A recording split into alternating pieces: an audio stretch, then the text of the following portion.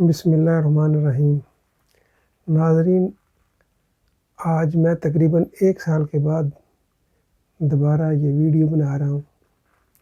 میں نے 1 سال پہلے ایک ویڈیو بنائی تھی جس کا موضوع تھا ریاست، سیاست اور تربیت، جس میں کہا تھا کہ آپ اپنا قومی اسمبلی کا ووٹ کسی قومی سیاسی پارٹی کو دیں، نہ کہ علاقائی پارٹی اور نہ ہی کسی انفرادی امیدوار، آزاد امیدوار کو دیں، کیونکہ آزاد امیدوار یا علاقائی پارٹی نے کوئی قومی فیصلہ نہیں کرنا ہوتا، کیونکہ اس کی اکثریت نہیں ہوتی۔ لہٰذا قومی سیاسی ادارے کو مضبوط کرنے کے لیے اپنا قومی اسمبلی کا ووٹ قومی سیاسی پارٹی کو دیں جس کے امیدوار سارے ملک میں کھڑے ہوں۔ لیکن لوگوں نے اس بات کو اتنی اہمیت نہیں دی اور میں نے پھر آئندہ ویڈیو نہیں بنائی۔ پھر میرے ایک دوست نے کہا کہ یار تم جو نیکی کا کام ہے تم کرتے رہو، جب لوگوں کو سمجھ آئے گی تو لوگ خود بخود قائل ہوں گے۔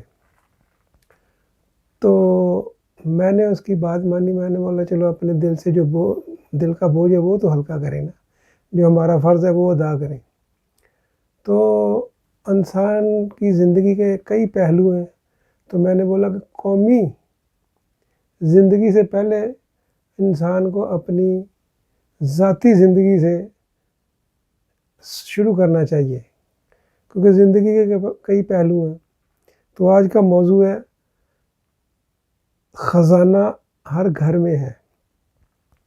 تو زندگی کے کئی پہلو ہیں، جیسے ذاتی زندگی، خاندانی زندگی، سماجی زندگی، علاقائی زندگی اور قومی زندگی۔ اور سب سے پہلے انسان کو اپنی ذاتی زندگی کو ہی ترجیح دینی چاہیے اور اس کی تعمیر کرنی چاہیے، اور باقی لوگوں کا بعد میں ہی سوچنا چاہیے۔ اور یہی میرا آج کا موضوع ہے، اور یہی تقریباً ہر بندے کی سوچ ہے کہ پہلے اپنے آپ کو ٹھیک کرو، اپنے آپ کی تعمیر کرو، اپنے آپ کا فائدہ کرو، اور دوسروں کو بعد میں دیکھیں گے۔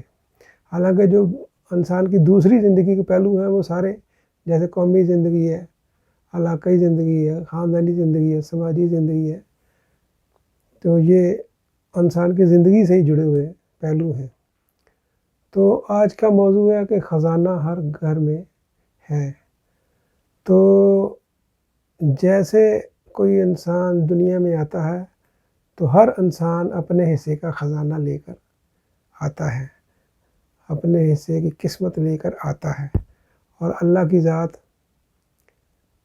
بڑی مہربان اور رحم کرنے والی ہے۔ تو خزانہ لفظ گنج سے نکلا ہے، جیسے کسی کے سر کے بال اتر جائیں ہم کہتے ہیں یہ آدمی گنجا ہے۔ تو گنجا لفظ گنج سے نکلا ہے کہ اس کا خزانہ نظر آ رہا ہے۔ تو آپ نے داتا دربار کے باہر یہ شعر لکھا پڑھا ہوگا، گنج بخش فیض عالم مظہر نور خدا، ناکساراں پیر کامل کاملا راہ رہنما، کہ خزانے لٹانے والا مظہر نور خدا۔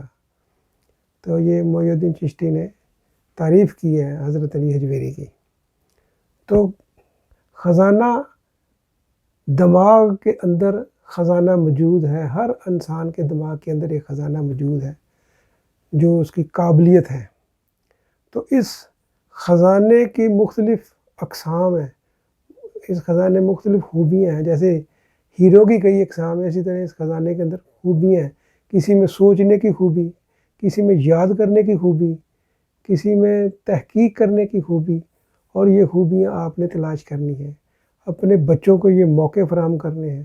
جو والدین اپنے بچوں کو اسکول ہی نہیں بھیجتے یا دلچسپی ہی نہیں لیتے، وہ اس خزانے سے محروم ہو جاتے ہیں، اور بلکہ اپنی اولاد کو بھی اس خزانے سے محروم کر دیتے ہیں جو اللہ کی ذات نے ہر انسان کو دیا ہوتا ہے۔ کسی کو بہت زیادہ طاقتور ذہن دیا ہوتا ہے، کسی کو اس سے کمزور، کسی کو اس سے کمزور، اور ہر قسم کہ ذہن کے اندر مختلف قسم کی خوبیاں ہوتی ہیں، تو جس کو برو کرا کر ہر انسان اپنے ترقی کے مراحل طے کر سکتا ہے، اور یہ موقع فراہم کرنا یہ والدین کا فرض ہے کہ یہ اس کے خزانے کو تلاش کریں کہ اس کے اندر کون سی خوبیاں پائی جاتی ہیں، اور ہر انسان اس خوبی کی بدولت ترقی کرے گا۔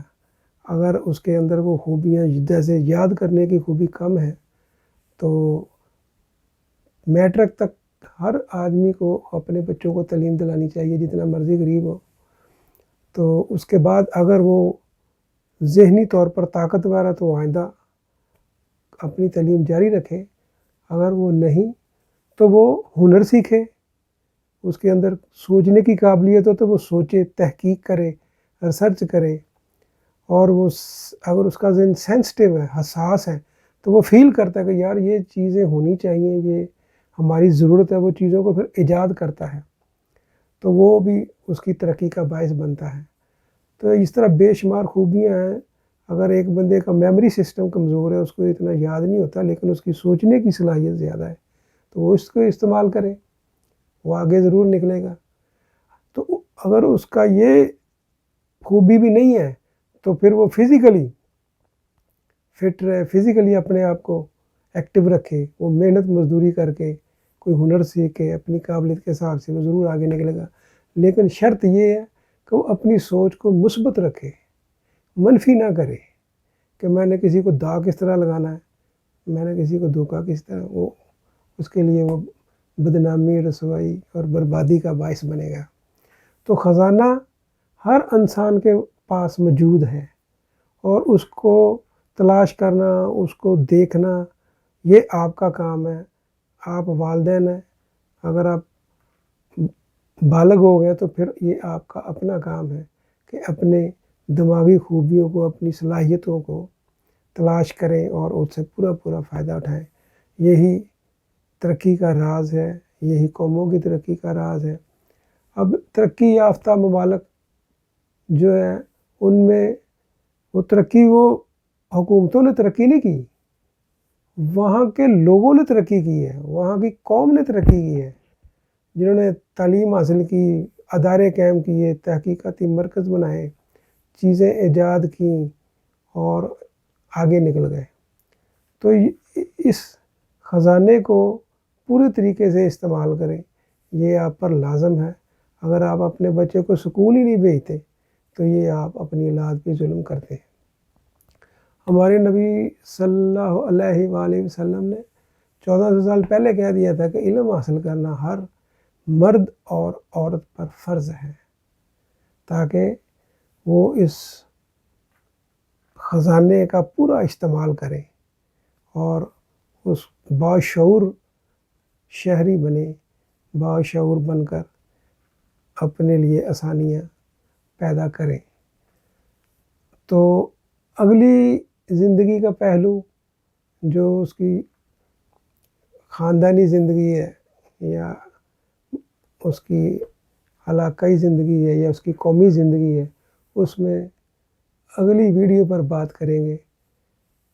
آج کی ویڈیو اس خزانے کے حساب سے کہ آپ کے اندر جو خوبیاں ہیں، جو خزانہ اللہ تعالیٰ نے آپ کو دیا ہے، اس کو تلاش کریں اور اس سے بھرپور فائدہ اٹھائیں، جس سے آپ کی ترقی ہو سکتی ہے، جس سے آپ اپنی زندگی کو بہتر کر سکتے ہیں اور آپ اپنے اولاد کے اوپر مہربانی کر سکتے ہیں۔